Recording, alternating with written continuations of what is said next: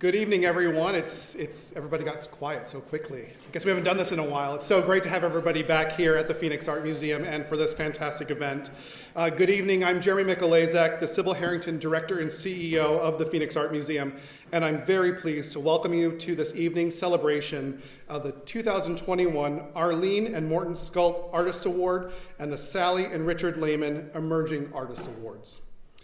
Each year, the Phoenix Art Museum offers two opportunities to recognize and support artists based in Arizona. The Scult Artist Award recognizes a mid-career artist, providing them with the opportunity to create new work for a solo exhibition at the museum, while the Lehman Emerging Artist Awards support emerging artists who are invited to present new work in a group show in our contemporary art galleries. These programs are not only integral to the museum's commitment to contemporary art program, but they also exemplify our commitment to supporting and amplifying the work of our local and regional artist community.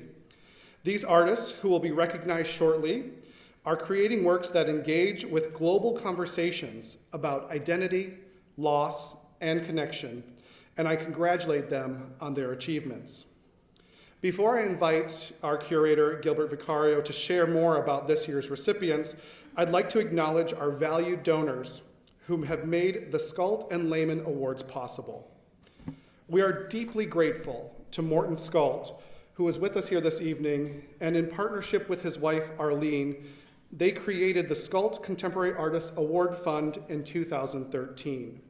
Since then, the Scult family's generosity has made it possible for Phoenix Art Museum to amplify the work of 7 mid-career artists from our state, placing their work in conversation with contemporary and historical artworks from around the world.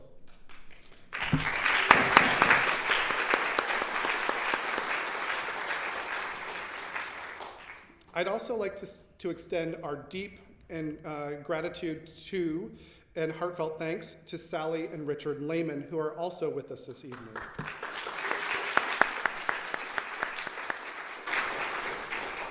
Sally and Richard's generosity enabled the museum to not only continue, but expand our grant program for emerging artists. Their support came at a particularly critical time as the museum faced economic uncertainty during the depths of the COVID-19 pandemic, and we are grateful for their unwavering commitment to the artists in Arizona. Thank you.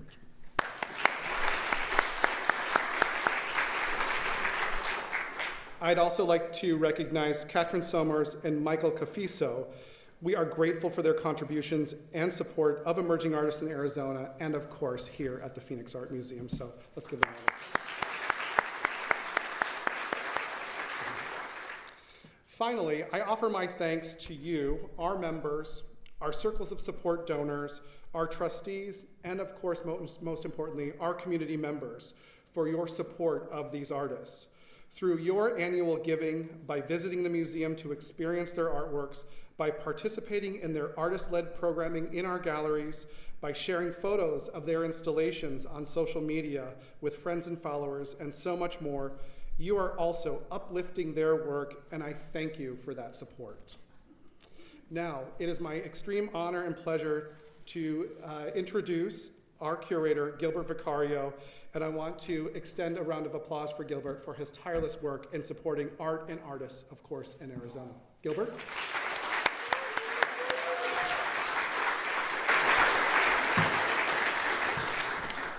Thank you, Jeremy. That was very nice. And thanks for lunch today, by the way. I would also like to thank our generous funders, which we would not be able to do these two wonderful exhibitions. I would like to especially thank my co-jurors, Tiffany Farrell, Chief Curator at Mesa Contemporary Arts Museum, and Julio Cesar Morales, Senior Curator at ASU Museum. Our Lehman Emerging Artist Awardees, I'm actually hoping to give them a round of applause. Sam Fresquez and Marin Omotayo Alaka, Gloria Martinez Granados, and Chris Venn.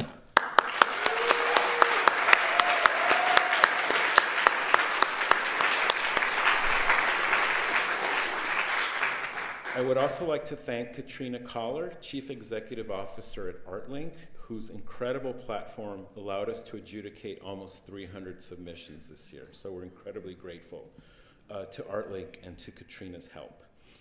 After our program is over, I would invite you to go to Marshall Hendler to view both exhibitions and celebrate with the artists. But for now, we turn our attention to our 2021 Arlene and Morton Scult Award winner, Sama Alshaibi. She creates photographic images and time-based media using her own body as a site of performance to consider the social and gendered impacts of war and migration. Alshaibi was born in Basra to an Iraqi father and Palestinian mother. She's Regents Chair of Photography, Video, and Imaging at the University of Arizona in Tucson. She holds a BA in Photography from Columbia College in Chicago and an MFA in Photography, Video, and Media Arts from the University of Colorado at Boulder. She was awarded a Fulbright Scholarship in 2014-2015, and in 2021 was named Guggenheim Fellow in Photography. Now please join me in welcoming Sama up to the stage.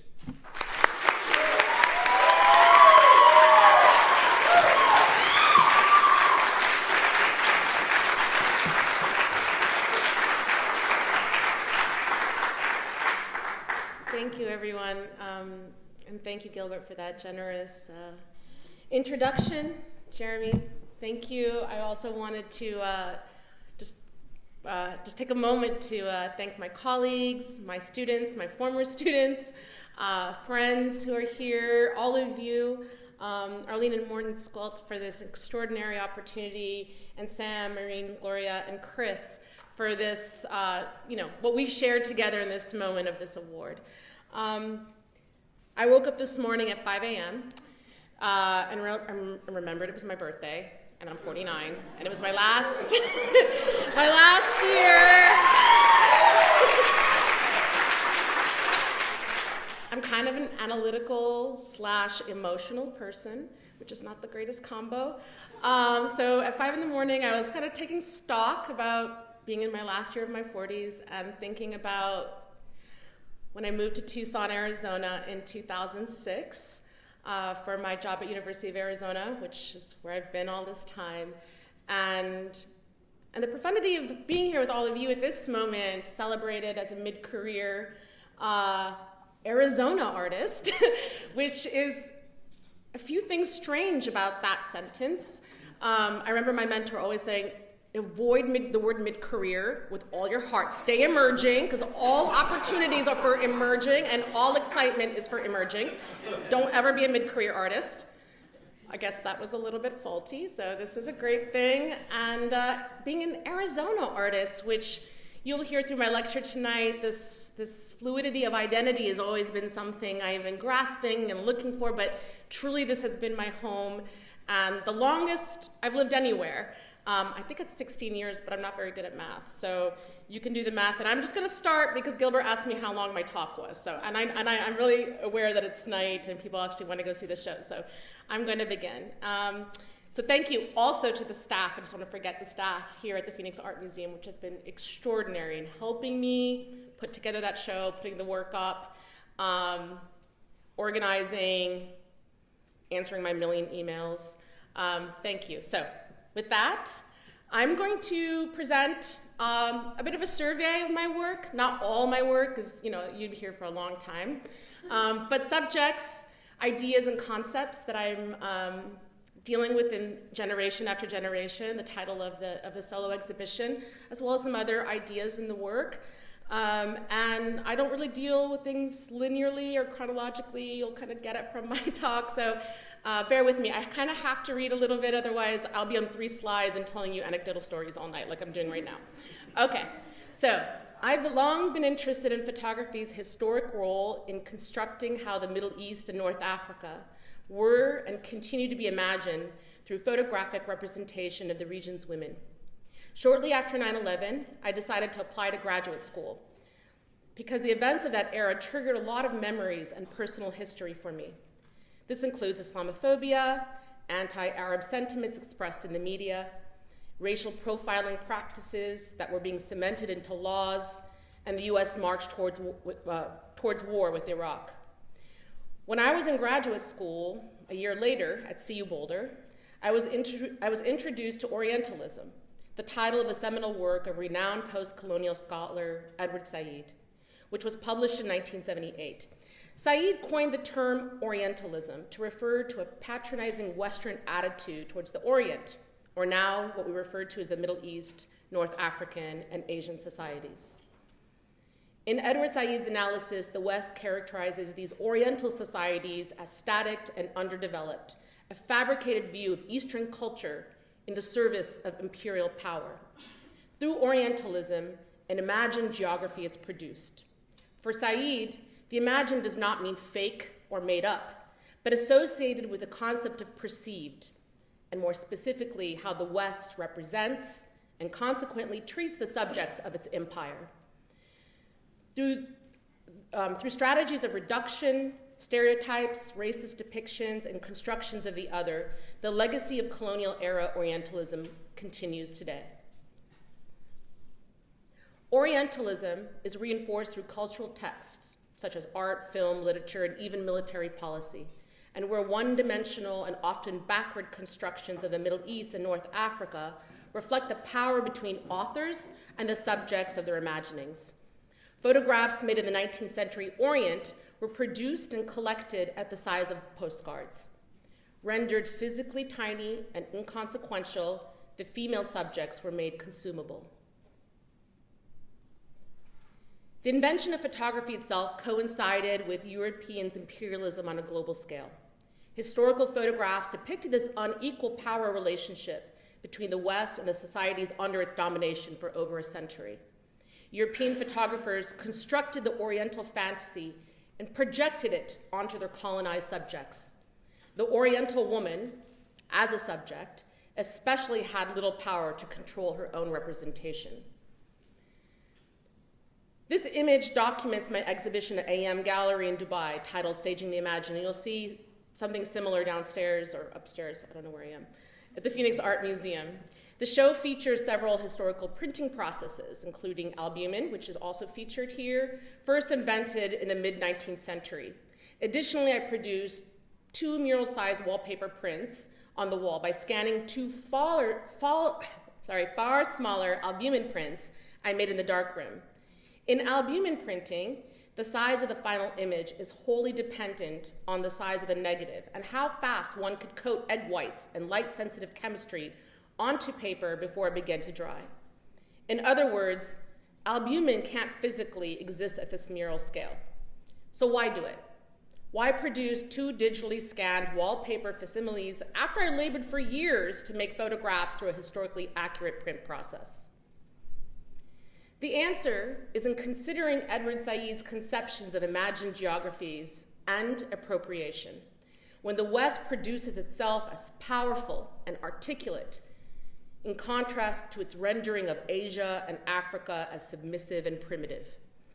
I'm reframing the legacy of colonial era photographs, not simply by reviving traditional print methods of the era or shifting the performance and staging of the female subject, but also by alluding to the outsized impact of such imagery through exaggerated physical proportions.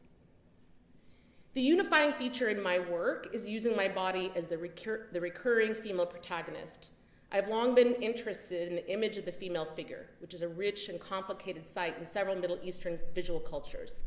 For example, in the mid to late 20th century Palestinian art, depictions of the female peasant and farmer expresses the Palestinian national liberation struggles through a feminized homeland. She is the embodiment of their motherland. My photographs and videos alter this representation by subverting the female body as national subject and activating my own body as a mobile medium. Rooted in my origins of traumatic displacement, my practice is a union of these immediate concerns: the afterlife of forced migration, social fragmentation, and forever wars. I was born in Basra, Iraq, to an Iraqi father and a Palestinian mother, a refugee who moved to Iraq as a child after being expelled from her homeland in Palestine in 1948. I became a political refugee myself when the Iraq-Iran War of the 1980s displaced me. Along with my parents and siblings, we escaped from the war, but only to enter years of migration and illegality. Year after year, we moved across the Middle East, trying to find a country that would accept us beyond a temporary stay. We were just one family of 6 persons looking for a nearby place with a familiar culture or a similar culture, a shared language, and an opportunity to make a new home. However, we were also part of the endless waves of Iraqi refugees entering countries like Saudi Arabia, Kuwait, Jordan, and United Arab Emirates. Most Iraqis who left in the 80s were under political duress within a continuum of forced migration, ranging from those who were compelled to leave to those who were induced. Iraq's neighboring nations eventually grew to fear the wrath of Saddam Hussein and his powerful army. Witnessing the flight of his intellectual class, Saddam demanded an immediate end to Iraq's brain drain, the flight of doctors, engineers, or persons like my father, the university professors, who had the means to escape and educated in professions that were attractive to the developing nations close in proximity to Iraq. Saddam's threats were eventually heeded. Work contracts were not extended, visas not renewed, and opportunities were more like contingencies, narrowing the possibilities for Iraqi refugees to resettle elsewhere. In short, the Arab world was closing in on us. Migration appeared as a permanent fixture in our lives. My mother sensed the recycling of her childhood, her parents and uncles weeping and waiting in Iraq for return to their homes in Palestine. And it was being revived in the present, in her own waiting for return that would never come. She also knew citizenship through naturalization wouldn't be possible for her as a Palestinian in these Arab countries, nor would it ever be for her Iraqi children. The state of dispossession was repeating, but truly, it had never ceased. The question of citizenship compelled my mother to move with her children to the United States, even though it meant my father couldn't come with us. We settled in Iowa City, Iowa, while my father tried to support us from abroad. We entered the US legally, but our status was impossible to sustain. As such, most of my teenage years were spent as an undocumented person, another kind of psychic displacement when we fell out of legal status. This component of my personal history is key to understanding my practice. A double generational displacement has cemented my perspective, and I was cast into the identity of a refugee even when my passport contains other origins and national status.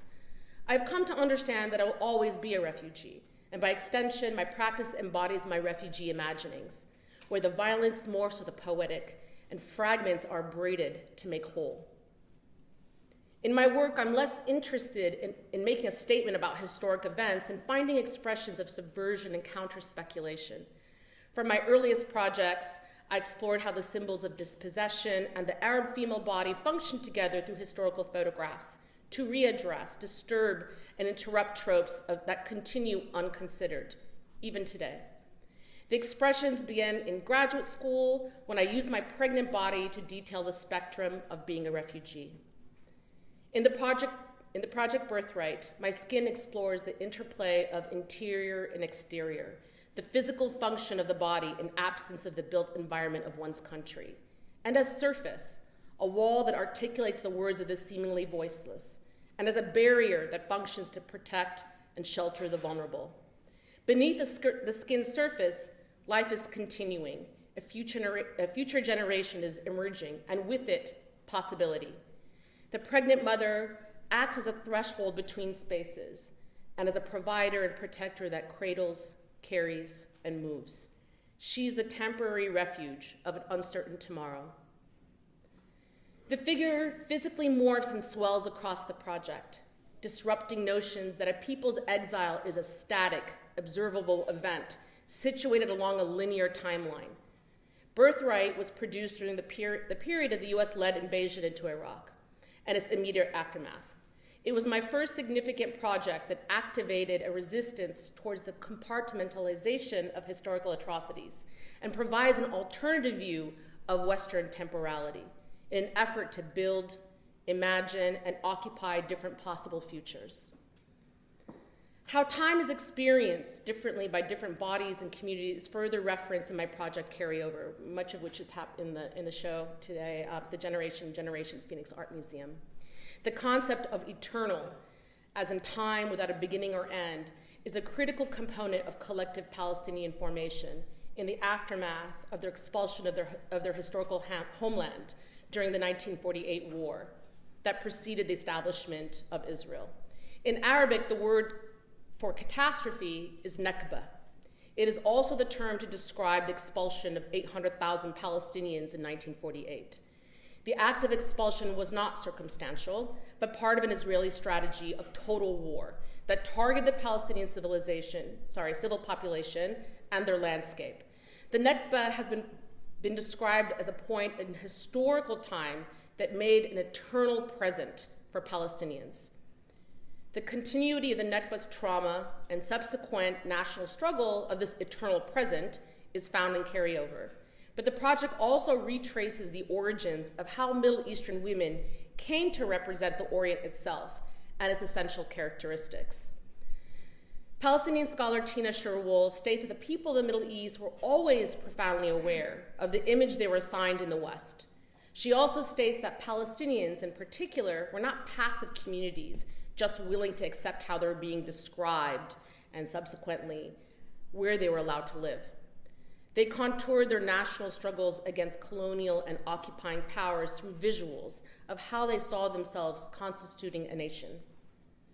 Palestinian artists supplanted the objectified female oriental body with powerful feminized representations that came to eulogize the Nakba and the resistance. And as you can see in here, the mother is nursing the child, the future generation. She's carrying the gun. She's in the land. So as a mother, farmer, and fighter, her body represents the national collective, literally feeding future generations towards self-determination. And these historical posters, again, depicts the nation as the female peasant farmer, while also carrying symbolic aspects of the Palestinian liberation struggle over her head and body. So you have symbols of the dispossession, like on the left side, the key, which is representing the keys of the home of the Palestinians displaced in 1948, the keys to their homes. They have the keys and the deeds to their homes, but they're not allowed back, no right of return. You have on the right side, male and female farmers, the Palestinian dress, the Jerusalem capital in the background, and also on the necklace as the eternal capital of Palestine. There are many symbols going on here, and also the peace dove as a massacred site of one of the very significant massacres that happened in Lebanon at the Palestinian refugee camps. These posters showcase the interplay of the motherland through the female figure and farmer, equalizing gender roles in the military struggle and the cultivation of the land. And so in my work, Generation After Generation, which becomes the title of the solo show, I collapse representation of the female fighter and the female farmer, and it recalls the political posters, leaflets, and newsprint from the Arab revolutionary period of the 1960s and 70s, and how Arabs capitalized on the West's preoccupation with Arab women's oppression by presenting images of Palestinian female revolutionaries. Screen prints and political posters were wheat-pasted on the walls of public spaces, representing a shift towards cheap and easy technologies to reproduce. Revolution and the possibility of revolution has appeared in my work throughout the years. In Versus the Ruler, audience members are invited to sit in chairs and listen to the audio tracks emanating from metal head straps. The chairs are meant to imply thrones, like presidential thrones or king thrones, or electrocution chairs. And only one voice can be heard at a time. On the right, the throne of patriarchy appears both as an Islamic minaret and a missile warhead. The audio is a mashup of various Arab dictators speaking throughout the Arab Spring. On the left, the chair back is formed into a human spine, and the audio is a composite of my own Twitter feed of friends and activists, collected over a year of multiple revolutions across the Middle East and North Africa. In my film, End of September, I explore a narrative in a dramatic film short that features a revolutionary female lead. The film reorients Palestinian history by linking the past, present, and fantastical future. Dalal, a female freedom fighter, returns to Palestine in shifts of time.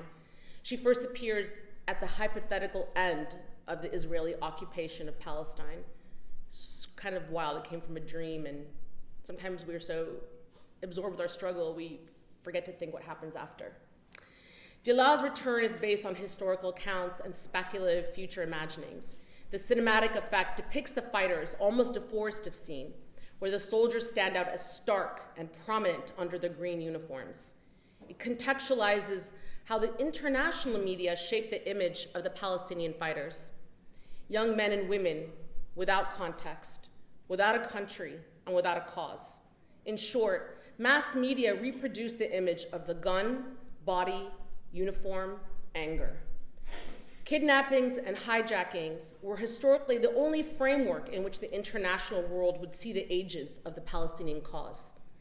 End of September recognizes the historical making of the Palestinian fighter in the imagination of outsiders, but also as revered, iconic symbols of the Palestinian national movement. The film challenges and questions whose story is credible and authentic, who is the traitor, and who is the hero. Depictions of the female fighters put out by revolutionaries was purposeful. It was aimed to be the antithesis of the Orientalist and Western photographers' depiction of the region's women, such as this one. Orientalist photographers constructed a singular narrative upon the Orient female subject. She was isolated, lacking social context, docile, and sexually consumable. To be feminized through the Oriental lens is more than being cast as vulnerable. She is exploited through mechanisms of disassembling. The subjects are obscene, out of place, and often reducible to sex. The commercialism in the Orientalist photographs explains the rapid development of visual cliches about the Middle East and North Africa. The water vessel, the hookah, the lounging body, the Oriental carpet, and the varied ethnic costumes were all part of the dramatization and dramatization of the Oriental set. The scene making in photography studios included either veiling or nudity, or sometimes both in the same image, which was kind of confusing. It's a non-ambiguous formula for producing otherness. Meanwhile, women's suffrage and labor movements had taken root in the West. Orientalist photographs circulating across European markets sold the fantasy of sites of sexual freedom in which women's bodies existed purely for the pleasure of men. The burden of such enduring representations are made physically tangible in my project by placing a sculpture, absurd in scale, weight, and function, and carried over the subject's head. In Hornet's Nest, hoisted above the subject's head is a vessel shaped like a massive grenade or a wooden wasp nest. The once compulsory ceramic water jug found in Oriental portraits now depicts a Herculean effort of surviving conflict. I'm also interested in the cultural objects contained in Orientalist images. For example, the embroidered Palestinian thobe, the traditional dress, has featured prominently in my work. Not tokens of nostalgia, but as textiles that contain narratives and honor my maternal lineage and resilience through women's labor. Carried Over was first inspired by images I saw of women in Iraq balancing petrol, oil cans, or luggage on their heads. These photographs point to the destabilization of Iraq in the aftermath of war. But they also triggered memories of scenes I witnessed every morning when I was a child living in Baghdad. For example, Iraqi milkmaids delivered the morning breakfast to households across the city. Iraqi gamer, which is a clotted buffalo cream traditionally served with bread and tea, is filled in the pot stacked above the subject's head. The milkmaids' labor supported their autonomy, but this work, along with many other financial means, has disappeared for Iraqi women, as public space has become dangerous in terms of gendered political violence. These images remind me of what shortages they face now and what forces were at play that dematerialize their bodies from the city and workforce. So in Gamer, I wear the traditional Shia abaya, that's the black clothing that comes from Iraq, made for me by my father's female relatives, and carry the looming stack of pots on my head. The stack forms a ladder as an escape route out of the photographic frame. In Mashrabiya, I reference the region's architectural spaces.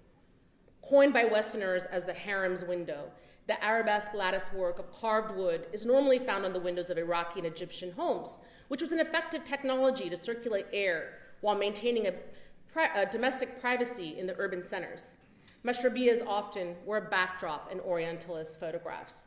They feed the Western desire to access the fantasy of a harem's private world. In my image, I substituted the lattice work with laser-cut wood shaped into barbed wire. They trapped the subject's face into a box, which is sort of forming into a water pipe hookah, which is another compulsory object found in those kinds of photographs. Not only is she caged in by the studio prop, but her body also is distorting into becoming a physical object itself. Using the razor wire shape speaks to the contemporary physical spaces of Iraq and Palestine, and much of the war-torn urban centers of the Middle East. The hollowed-out travel trunk on the subject's head in the image before us, you saw earlier in Eternal Love Song, signals the worthlessness of cultural objects as representations of the homeland. So I can symbolize homeland. I cannot take my homeland with me.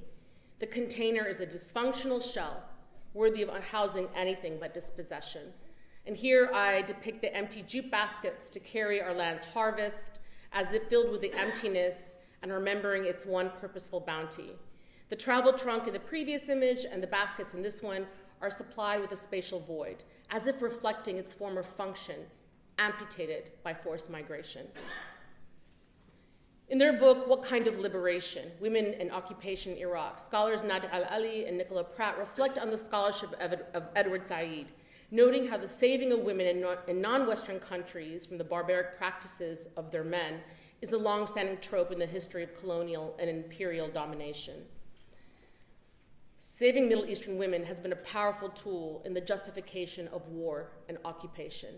By Western standards, the more covered we are, the more lacking we are in freedom and require liberation provided by US military intervention.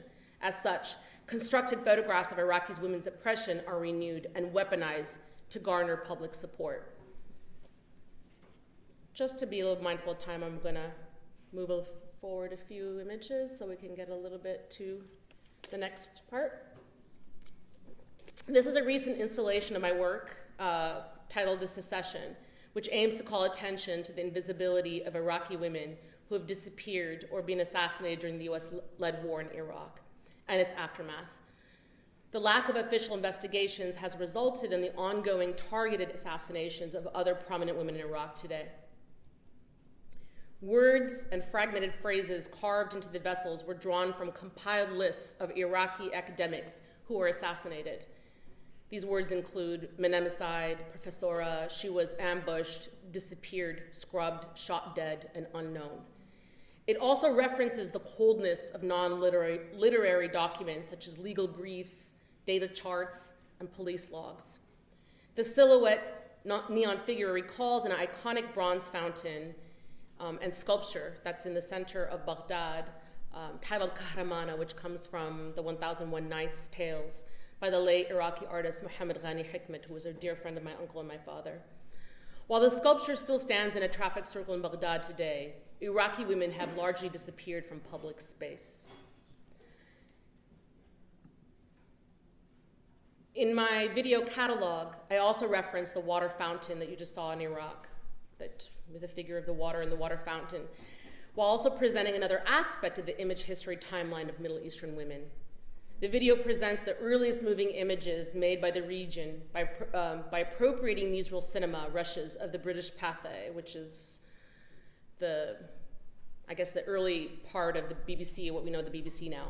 So this is filmed between 1935 and 1955, those appropriated rushes.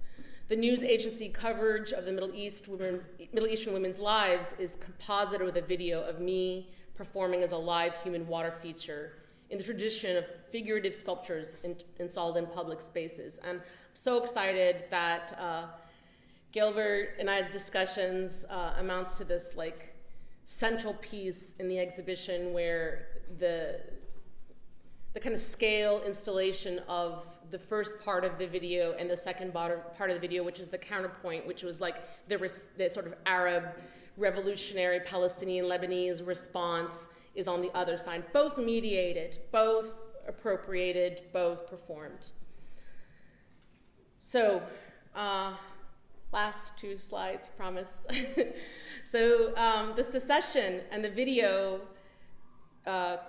that you just saw, which is titled Catalog, really informed my current work and practice, including this new video, which I made explicitly for this exhibition. It's titled See Without Being Seen. The video extends the concept of Orientalism with the image history and timeline, as it begins with the early moving image and moves towards the kind of image captures made by the West in the Middle East today. For me, it was a summary of the exhibition and the span of the project made over the past several years.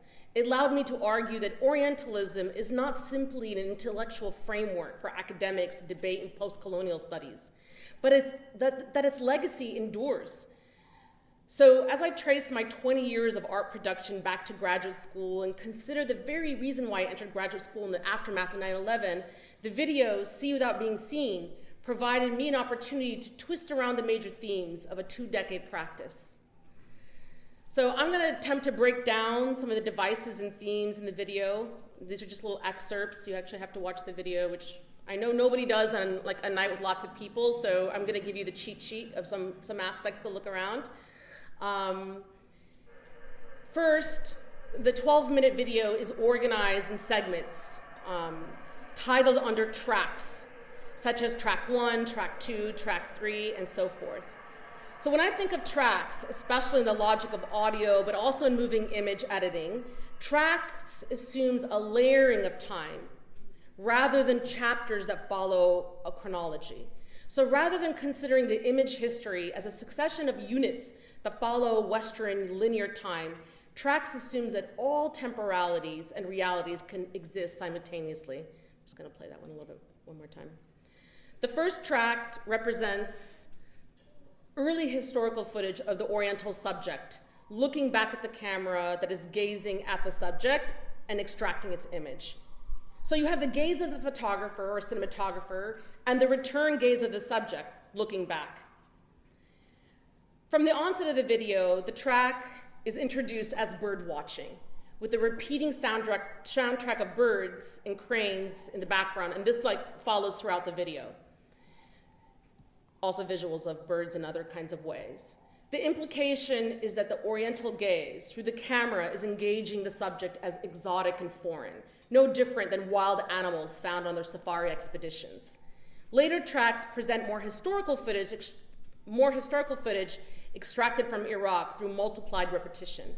The idea is that the echo resonates with a kind of prescriptive pattern that considers other visual echoes and patterns that are less obvious, but nonetheless influential and repetitive. This includes stereotypes of Arabs in popular culture, Disney films, and found today in gaming technology and memes.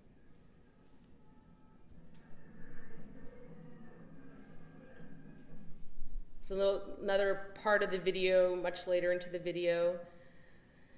So just like the wordplay found in the title, See Without Being Seen, the entire video plays with rhetorical devices through a silent narrator who twists perspectives, intention, and meaning. Yes, language itself is often slippery and elusive, a shield in which many can hide.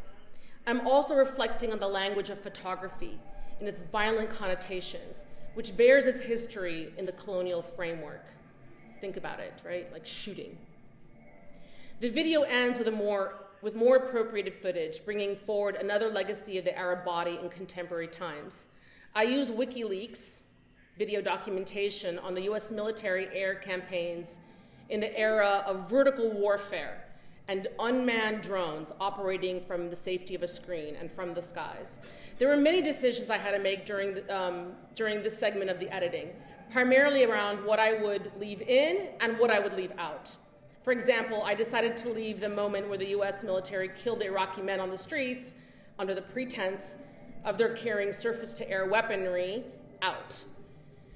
In fact, the men were actually just carrying video cameras. They were journalists, which is quite ironic that this screen that the US military was looking it through was providing a flattened, divorced context, or whatever the imagination might take you from there. I also obscured their dead bodies because adding to Iraqi trauma and using more violent images without consent is at the very least problematic. However, I left the conversation of the US military celebrating their good shooting as it links the image capture medium to the instruments of death. Footage of drones flying in the sky becomes a different connotation of bird watching, weaving ideas of the circulation of digital images, glorifying death and torture, like in the Abu Ghraib prisons, and remote vertical warfare. So I don't want to end my talk on such a difficult emotional space, so I will end with these two images, Marjana and Justice, and to conclude that these images depict the female figure as the personification of a water fountain or electricity pole. The implication is that through her isolation, she's transformed from an object of passivity into an empowered dynamic body that sustains and delivers herself. She is the embodiment of transport, hauling, and moving in her diasporic and migratory reflection. She's the vehicle of her own resistance, displacing the internalization of a Western and Eurocentric social order. Becoming a site of refuge and regeneration, the images inscribes through her body, mechanisms towards survival. Thank you.